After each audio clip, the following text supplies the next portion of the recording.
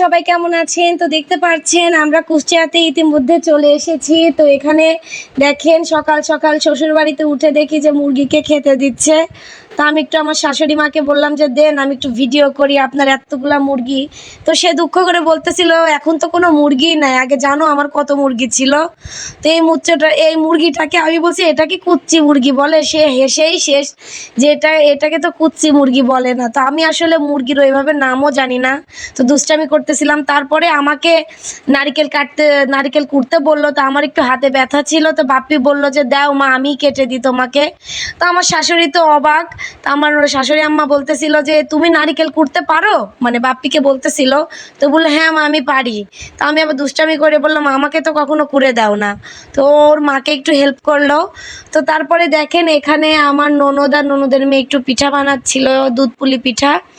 তো আমি একটু বানাই একটু আমি 2-3টা পিঠার মুখ মেরে আমি চলে গেছিলাম দুষ্টামি করে, আমার আর ভাল লাগতেছিল না। পরে এসে অনেক পিঠার মুখ মারছি, নাজাদকে ওইদিকে খাওয়াচ্ছিলাম তো ওই জন্য। তারপরে এখানে আমি নাজাদকে খাইয়ে তারপর এখানে চলে আসছি। তো অলরেডি দেখলাম যে ওরা পিঠার মুখ মারা শুরু করে দিয়েছে। তা আমি একটু হাবিবাকে বললাম, মানে আমার ননদের মেয়েকে বললাম যে দাও তোমার একটু পিঠার ভিডিও করি। তো বলতেছে আমি তো ওইভাবে পারি না। বললাম যাই পারো একটু দেখাও। তো তারপরে এই যে আমি একটু শ্যুট নিয়ে নিলাম। তো দেখতে পাচ্ছেন ও একটু পিঠার মুখ মেরে দেখাচ্ছে আমাদের। অনেস্টলি বলতে গেলে ও আমার থেকে ভালো পিঠার মুখ মারতে পারে, আমি পিঠার মুখটা ওইভাবে মারতে পারি না, কিন্তু পিঠা বানাইতে পারি কিন্তু, বুঝছেন। আপনারা যদি আমার কেউ পিঠার রেসিপি দেখতে চান অবশ্যই আমাকে জানাবেন।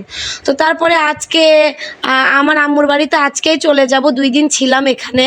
তো আম্মুর বাড়িতে চলে যাব কুষ্টিয়াতে। তো আমার শ্বশুর গাছের থেকে সিম পেড়ে এনে দেখাচ্ছে যে দেখো এই সিম সব নিয়ে যাও।